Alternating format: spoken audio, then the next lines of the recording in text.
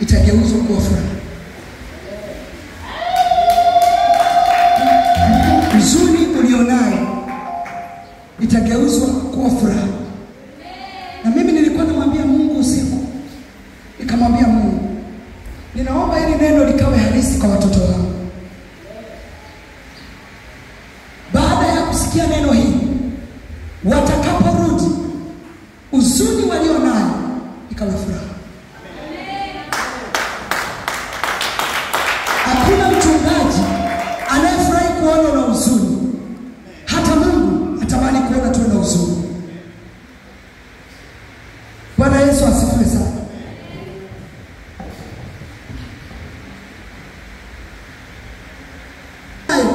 Bwana ataigeuza iwe furaha. Hebu tuangalie katika kitabu cha Yohana 16:20 hadi 25.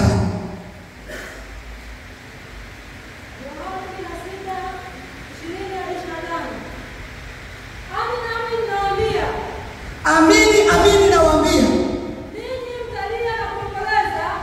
nyinyi mtalia na kuomboleza, bali ulimwengu utafurahi. Hebu soma vizuri, wewe unaomba maneno vizuri eh? Amini nawaambia. Anasema amini, amini nawaambia wanangu, Nyinyi mtalia na kuomboleza, nyinyi mtalia na kuomboleza, bali ulimwengu utafurahi. Ulimwengu tunapolia na kuomboleza, ulimwengu unafurahi. Kwa nini unafurahi? Kwa sababu sisi sio wa ulimwengu huu. Kwa hivyo ulimwengu huwa mtolewa. Ninyi mtahuzunishwa. Anasema ninajua mtahuzunishwa, Lakini huzuni yenu itageuka kuwa furaha. lakini huzuni yenu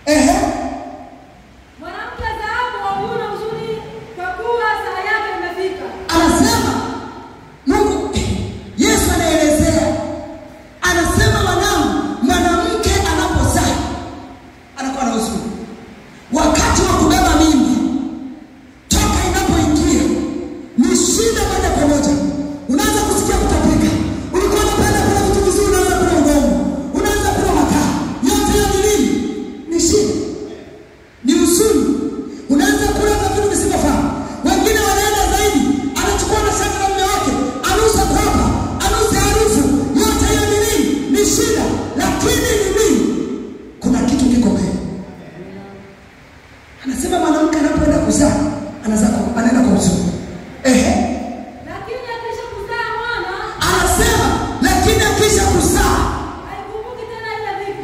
Anasema haikumbuki tena ile dhiki. Mpigie Yesu makofi. Ninajua unapopitia, ninajua hali ulio nayo inakutengenezea kicheko, inakutengenezea adui zako wafurahi, wacheka, wasema hakika wewe ni Bwana.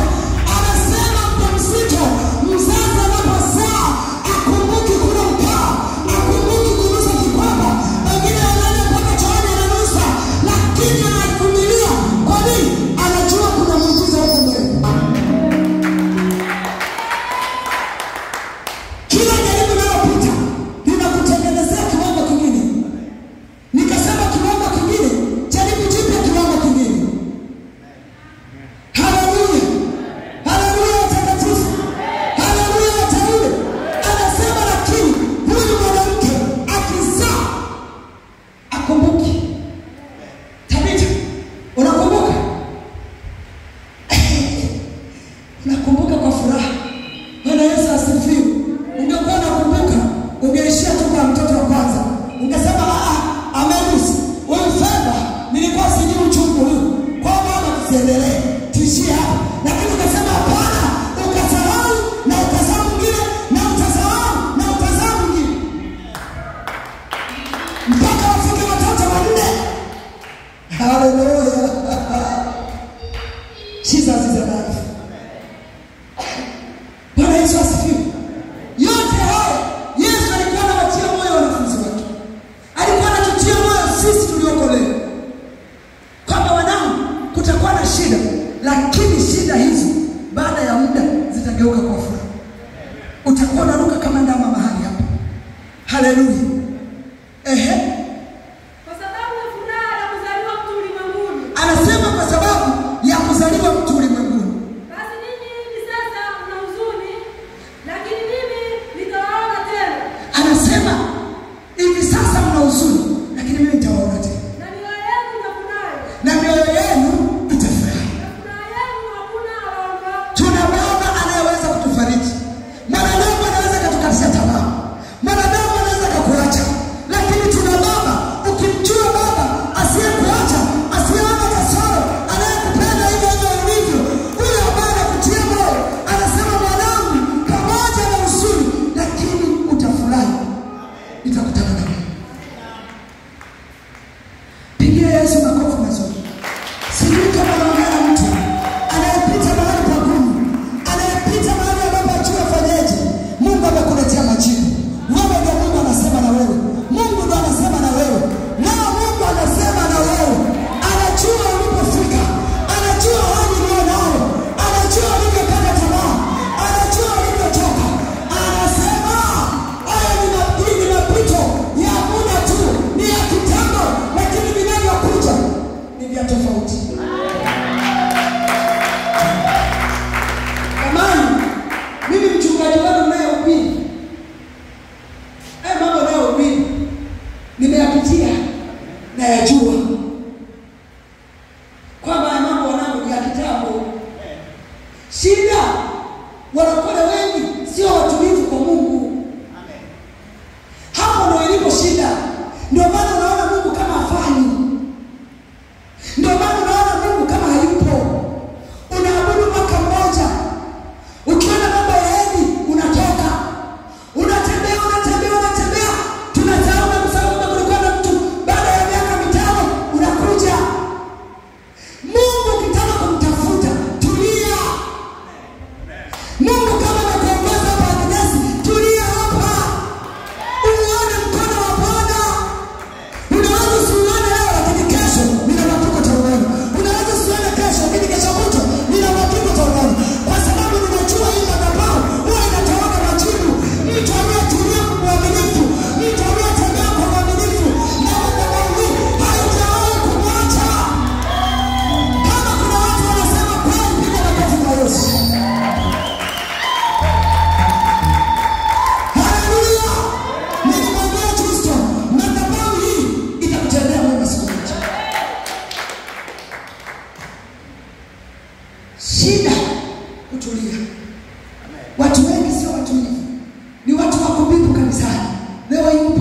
kesho hayupo. Amefundisha mtumishi wa Mungu. Vile vitu anavyofundisha asubuhi baraka ndio vitu vitakavyokupatia nafasi kwenye maisha. Siku nyingine Agnes, usisubiri Esther akupigie simu wewe. Alishakuleta. Alishakuleta. Hana kosa. Ni wewe. Unaweza kuwa na spidi kuliko hata Esther. Usianze tena Esther, anza kupiga simu. Uko wapi? Twende, asema kupigia uji. Hujaamua. Aliyeamua kuonyeshwa njia, haitaki kuonyeshwa tena. Haitaki kupigwa jeki. Haitaki kusukumwa. Wala siku nyingine, unapanda pikipiki yako, unafika, unasema jamani funguzi kwa wapi? Nimekuja kusafisha miti. Nimekuja kufagia. Nimekuja. Haleluya. Ukisimama kwa uaminifu, Mungu lazima kujibu. Ninamjua. Mimi nilijibiwa. Mimi nilifika tu kanisani. Mungu akatafuta watu kusio na uwezo, Mungu anatutumia. Hivyo mali kugodo. Unajua watu walio na uwezo ni watu wa kukwesha sana. Roho Mtakatifu akija kana msukuma fanya ta. Sasa ni nini? Lakini sisi ikisema ta ni nayo. Ikisema kaka ni nayo. Si kama unanielewa? So wakati kipindi hicho niko napitia mambo magumu, kula kwenyewe ni shida. Sasa ninatoa unabii, namtolea unabii mtu ambaye wakati mwingine naenda kumwomba Mungu.